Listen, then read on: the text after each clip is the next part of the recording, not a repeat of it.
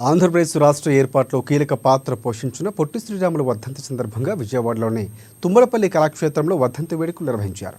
ఈ సందర్భంగా CM Chandrababu Naidu, deputy CM Pawan కళ్యాణ్లు హాజరయ్యారు. ఈ క్రమంలో పొట్టి శ్రీరాములు విగ్రహానికి నివాళులర్పించిన అనంతరం సీఎం చంద్రబాబు పొట్టి శ్రీరాములు ఉద్దేశించి మాట్లాడారు. తెలుగు జాతి కోసం ఆలోచించి రాష్ట్రాన్ని సాధించిన వ్యక్తి పొట్టి శ్రీరాములని కొనియాడారు. దేశ చరిత్రలో ఆయన అమరజీవిగా ఖ్యాతి పొందారని, ఈ డిసెంబర్ 15కు ప్రత్యేకత ఉందని, రాష్ట్ర ప్రభుత్వం రాష్ట్రం ఏర్పడడానికి పొట్టి శ్రీరాములే ప్రధాన కారణమని చంద్రబాబు చెప్పుకొచ్చారు.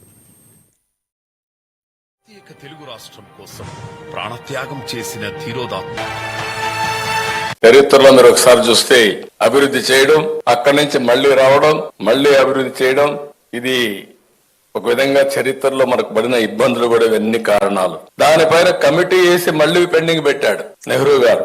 అవన్నీ పెండింగ్ పెట్టిన తర్వాత మీరు ఒకసారి చూస్తే పొట్టి శ్రీరాములు గారు చేసిన త్యాగంతో అది కూడా మనం చూసినప్పుడు ఈయన చాలా ఆ వ్యక్తిని గురించి కూడా ఒక్క నిమిషం మనం ఆలోచించుకోవాల్సిన అవసరం ఉంది. 1901 మార్చి 16న మద్రాసులో గురవయ్య మహాలక్ష్మమ్మ దంపతులకు జన్మించారు పడమటి పల్లిలో.